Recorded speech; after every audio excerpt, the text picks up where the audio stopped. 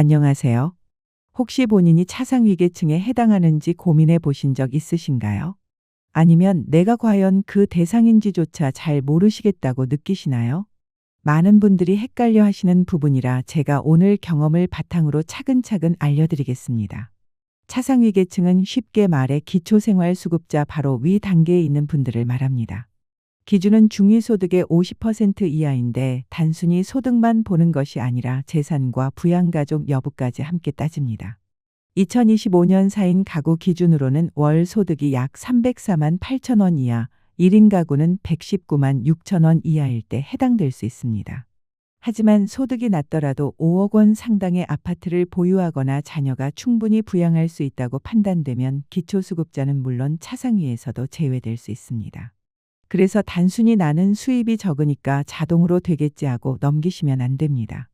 많은 어르신들이 차상위라고 해서 받을 수 있는 게 별로 없다고 생각하시는데 그건 큰 오해입니다. 제가 현장에서 상담하면서 본 바로는 제대로 활용만 하시면 연간 400만 원 이상, 월 평균 30만, 40만 원 가까이 되는 혜택을 절약할 수 있습니다. 실제로 2025년에는 민생회복 소비 쿠폰으로 30만 원이 추가 지급되고 기존 제도들도 확대되었습니다. 문제는 이런 정보를 주민센터조차 적극적으로 알려주지 않는 경우가 많다는 점입니다. 그러니 오늘 제가 하나씩 풀어서 설명드리려 합니다. 우선 첫 번째로 꼭 짚어야 할 것이 의료급여 제도입니다. 많은 분들이 놓치고 계신 부분이에요. 차상위계층 가운데 일부는 의료급여 2종으로 지정되어 병원비 부담을 크게 줄일 수 있습니다. 예를 들어 외래 진료를 보실 때 본인 부담금이 1,000원에서 1,500원 정도에 불과합니다. 일반 건강보험 가입자가 30%를 내는 것과 비교하면 엄청난 차이죠. 실제로 제가 상담했던 한 어르신은 당뇨 합병증으로 수술을 받으셨는데 총 수술비가 300만 원이 나왔습니다. 건강보험만 적용됐다면 본인 부담이 90만 원이었을 텐데 의료급여 2종 덕분에 30만 원만 내고 끝나셨습니다. 무려 60만 원을 아끼신 겁니다.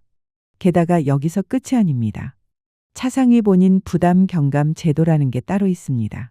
희귀난치성 질환자, 6개월 이상 치료가 필요한 만성질환자, 그리고 18세 미만 아동이 대상인데 이 경우에는 의료급여 1종 수준까지 지원이 확대됩니다.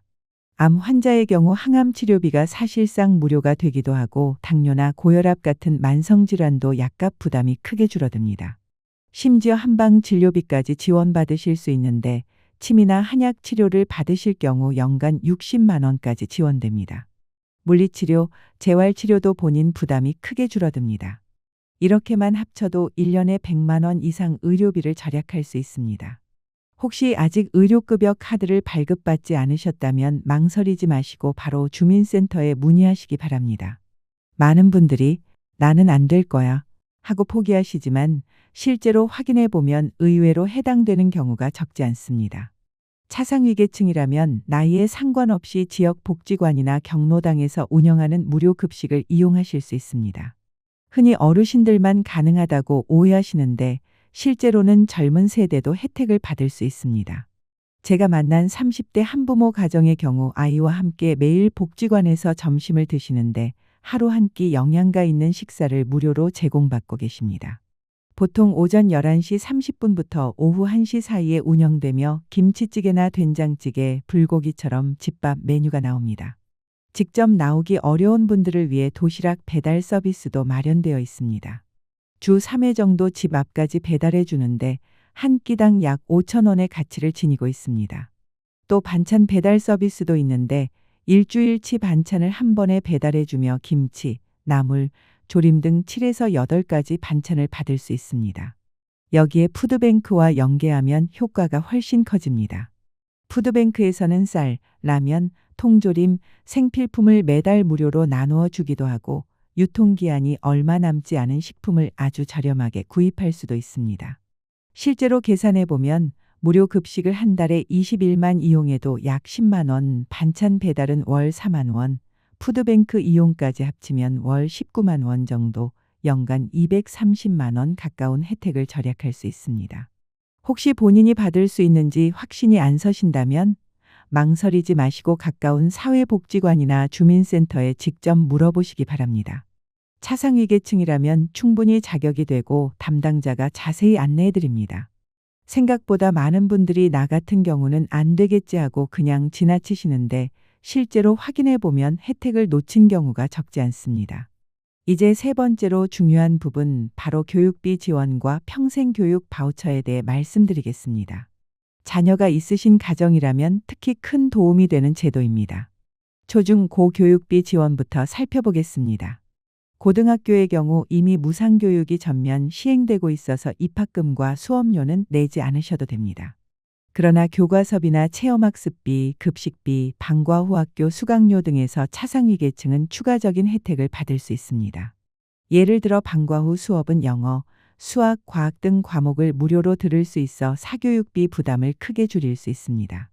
일반 학생들이 월 5만 10만 원씩 내는 수업을 무상으로 받는 셈이지요.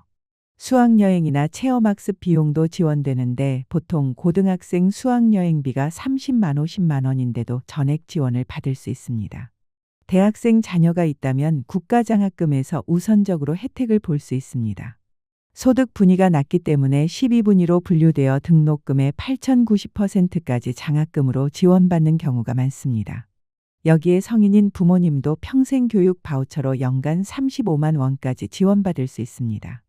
컴퓨터 활용, 요리, 미용, 자격증 과정 등 다양한 교육을 저렴하게 배우실 수 있습니다.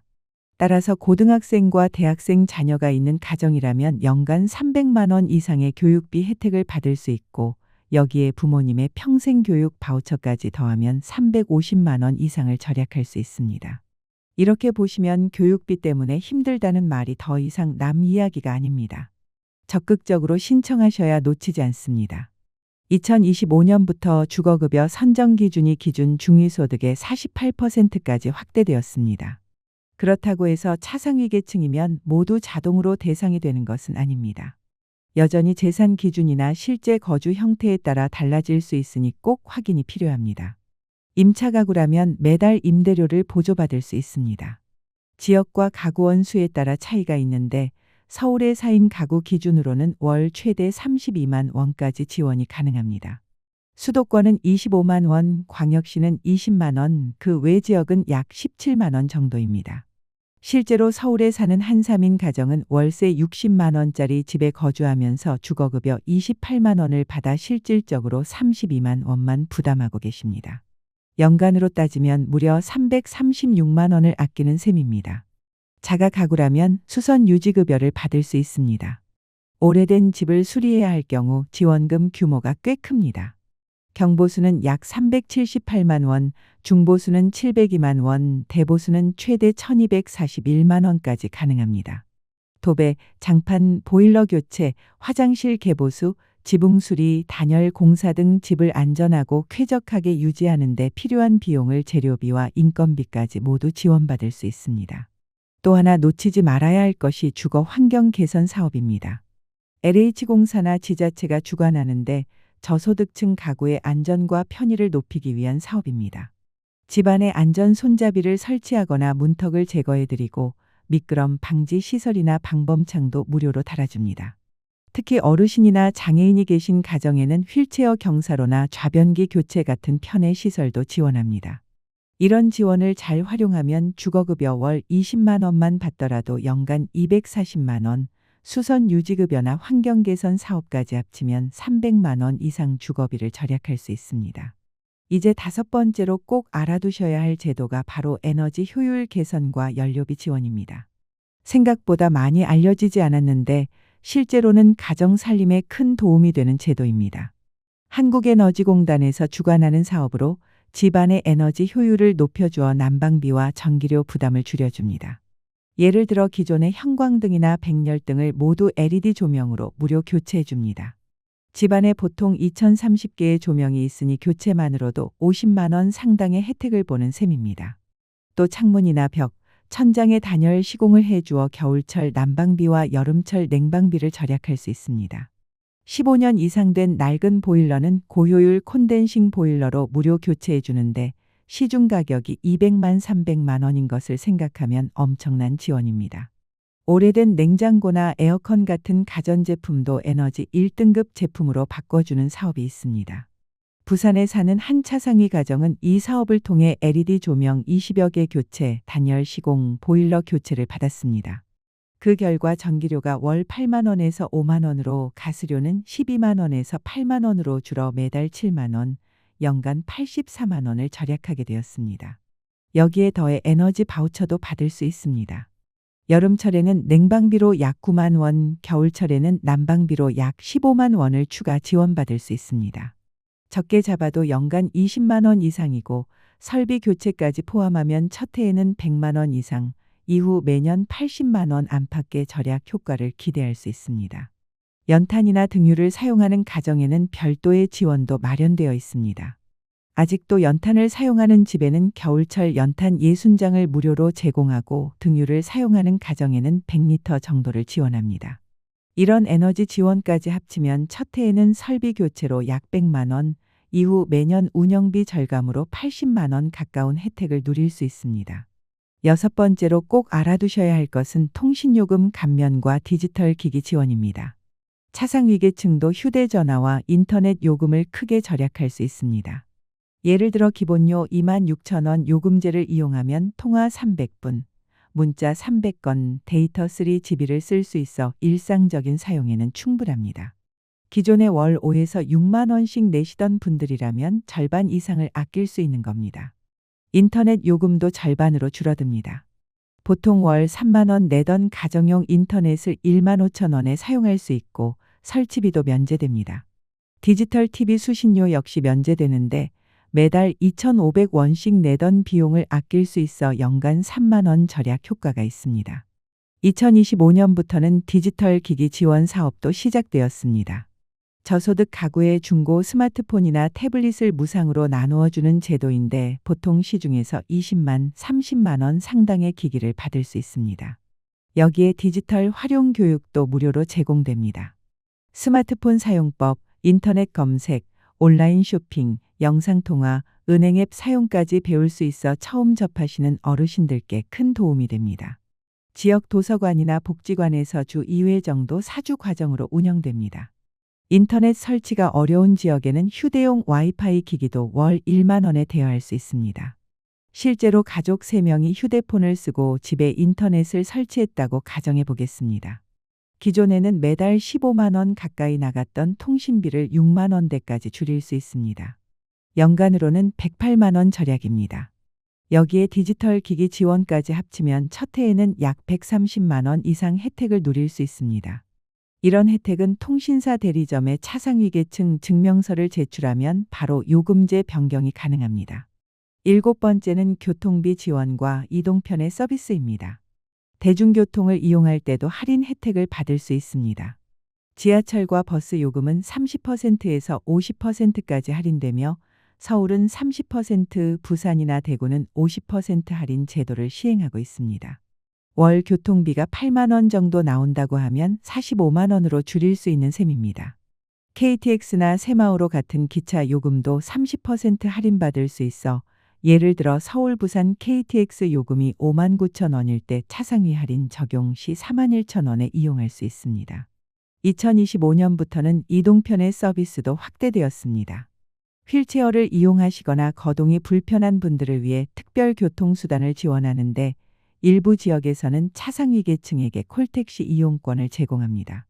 한 달에 10회 정도 사용할 수 있는 쿠폰으로 한 번 탈 때 3,000원까지 지원됩니다.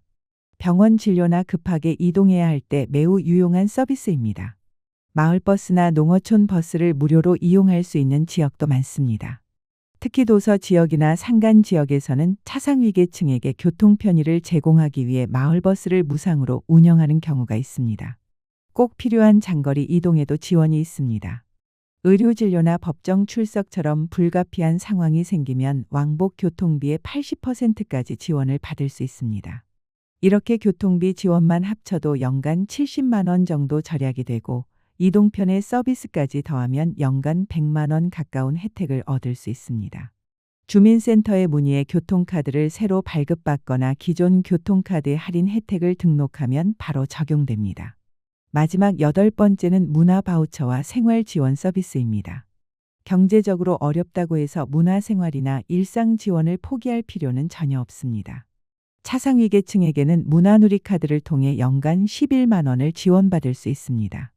이 카드는 영화 관람, 공연 관람, 도서 구입, 체육시설 이용 등에 사용할 수 있고 전국 오프라인 온라인 가맹점에서 편리하게 쓸 수 있습니다. 예를 들어 영화 한 편이 15,000원 정도이니 한 달에 2편 정도 보실 수 있고 남는 금액은 책을 사거나 공연 관람에 쓰실 수 있습니다. 가족이 함께 문화생활을 즐기기에 충분한 수준입니다. 체육시설 이용료도 절반으로 줄어듭니다. 공공체육관이나 수영장을 50% 할인된 가격에 이용할 수 있어서 월 회원권이 5만 원일 경우 25,000원만 내면 됩니다. 여기에 2025년부터 확대된 생활 지원 서비스도 있습니다. 거동이 불편하시거나 질병으로 인해 일상생활이 어려운 분들을 위해 가사 간병 방문 도우미를 파견하는 제도입니다. 주 2에서 3회 회당 4시간씩 방문하여 청소, 빨래, 식사 준비, 간단한 간병까지 지원합니다. 이를 통해 월 20만 원 상당의 서비스를 무료로 제공받는 셈이어서 연간 240만 원 이상의 혜택이 됩니다. 또 자활사업 연계 서비스도 마련되어 있습니다. 일할 의지가 있는 차상위계층 분들이 청소, 급식, 간병, 돌봄 등의 일을 하면서 월 60만, 80만 원 정도의 수입을 올릴 수 있습니다. 법률 상담 서비스도 무료로 받을 수 있는데 대한법무공단에서 운영하는 법률구조 제도를 통해 임금체불, 임대차 분쟁, 이혼, 상속 문제까지 전문가 상담과 법적 도움을 지원받을 수 있습니다. 경제적 어려움으로 인한 스트레스나 우울감을 해소할 수 있도록 심리 상담 서비스도 있습니다. 지역 정신건강복지센터에서 개인 상담은 물론 가족 상담까지 무료로 받을 수 있습니다. 이처럼 문화 바우처와 생활 지원 서비스를 함께 활용하면 연간 300만 원 이상 절약할 수 있습니다. 지금까지 말씀드린 8가지 제도를 모두 합치면 연간 450만 원 이상을 절약하거나 추가 지원을 받을 수 있습니다. 현실적으로 모든 제도를 다 활용하기는 어렵지만 본인 상황에 맞는 몇 가지만 선택해도 월 30만, 40만 원 정도는 충분히 절약하실 수 있습니다. 제가 여러 어르신들을 상담하면서 느낀 점은 작은 혜택이라도 꾸준히 챙기면 생활이 훨씬 안정되고 마음도 한결 가벼워진다는 것입니다. 그러니 주저하지 마시고 지금 바로 확인해 보시길 권합니다. 여러 혜택이 한꺼번에 많다 보니 어디서부터 신청해야 할지 막막하실 수 있습니다. 그래서 제가 상담 현장에서 어르신들께 늘 권해드리는 순서를 알려드리겠습니다. 첫째 주에는 반드시 본인 자격 확인부터 하셔야 합니다. 주민센터에 가셔서 차상위계층 확인서를 발급받고 싶습니다. 라고 말씀하시면 됩니다. 이 확인서가 있어야 다른 지원을 신청할 수 있기 때문입니다. 둘째 주에는 의료급여와 주거급여를 신청하시길 권합니다. 두 제도가 금액적으로 가장 큰 도움이 됩니다. 의료급여는 국민건강보험공단에, 주거급여는 주민센터에 신청하시면 됩니다. 셋째 주에는 통신요금 감면과 교통비 지원을 챙기십시오. 통신사 매장에서 요금제를 변경하고 주민센터에서는 교통카드에 할인 등록을 하시면 됩니다. 넷째 주에는 문화누리카드와 급식 지원을 신청해 보시길 권합니다. 문화누리카드는 주민센터에서, 급식 지원은 지역복지관에 문의하시면 됩니다. 그 이후에는 한 달 정도 여유를 두고 에너지 효율 개선 사업, 교육비 지원, 생활 지원 서비스까지 차근차근 알아보시면 됩니다. 특히 2025년에 새롭게 시작되거나 확대된 혜택들이 있으니 꼭 챙기셔야 합니다. 민생회복 소비 쿠폰 30만 원 지급, 평생교육 바우처 35만 원 확대, 디지털 기기 지원 사업 신설, 이동편의 서비스 확대 등이 바로 그것입니다. 만약 본인이 자격이 있는지 확실치 않으시다면 복지로 홈페이지에서 모의 계산을 해보실 수 있습니다. 소득과 재산을 입력하면 자격 여부를 미리 확인할 수 있습니다. 어디서 신청해야 할지 헷갈리신다면 129번으로 전화해 보세요. 복지로 상담센터에서 무료로 친절히 안내해 드립니다. 또는 주민센터에 가셔서 차상위계층 지원제도를 알고 싶습니다. 라고 하시면 담당자가 직접 상담해 드립니다. 무엇보다 중요한 점은 부끄러워하지 않으셔야 한다는 것입니다. 차상위계층 지원은 시혜가 아니라 여러분의 권리입니다. 정부가 국민을 위해 마련한 제도이므로 당당하게 신청하셔야 합니다. 제가 상담했던 한삼인 가족도 이 제도를 활용해 매달 생활비를 35만 원 정도 아끼셨습니다. 의료비, 주거비, 통신비, 교통비 부담이 줄어들면서 아이 교육비에 더 투자할 수 있었다고 감사 인사를 하셨습니다. 마지막으로 꼭 기억해 두셔야 할 점을 정리해 드리겠습니다. 첫째, 신청은 언제든 가능합니다. 갑자기 소득이 줄거나 상황이 변하면 즉시 신청하십시오. 둘째, 서류 준비가 어렵다면 주민센터에서 도움을 받으시면 됩니다. 담당자가 필요한 서류를 안내해 드리고 발급도 도와드립니다. 셋째, 정기적으로 자격을 확인하십시오. 소득과 재산이 바뀌면 혜택도 달라질 수 있으니 1년에 한 번 정도는 자격 재확인을 해보셔야 합니다. 넷째, 온라인 신청도 가능합니다. 복지로 홈페이지에서 간편 인증으로 여러 제도를 신청할 수 있습니다. 다섯째, 가족 모두 확인해 보시기 바랍니다. 본인뿐 아니라 배우자, 자녀도 각각 받을 수 있는 혜택이 다를 수 있습니다. 차상위계층이라는 이유로 위축되실 필요가 없습니다. 오히려 이런 제도를 적극적으로 활용해 더 안정적인 생활을 준비하시길 바랍니다. 오늘 알려드린 내용이 도움이 되셨길 바라며 주변에 비슷한 상황으로 어려움을 겪는 분들이 있다면 꼭 알려주시기 바랍니다. 모두가 마땅히 누려야 할 권리를 놓치지 않고 챙기시기를 진심으로 바랍니다. 감사합니다.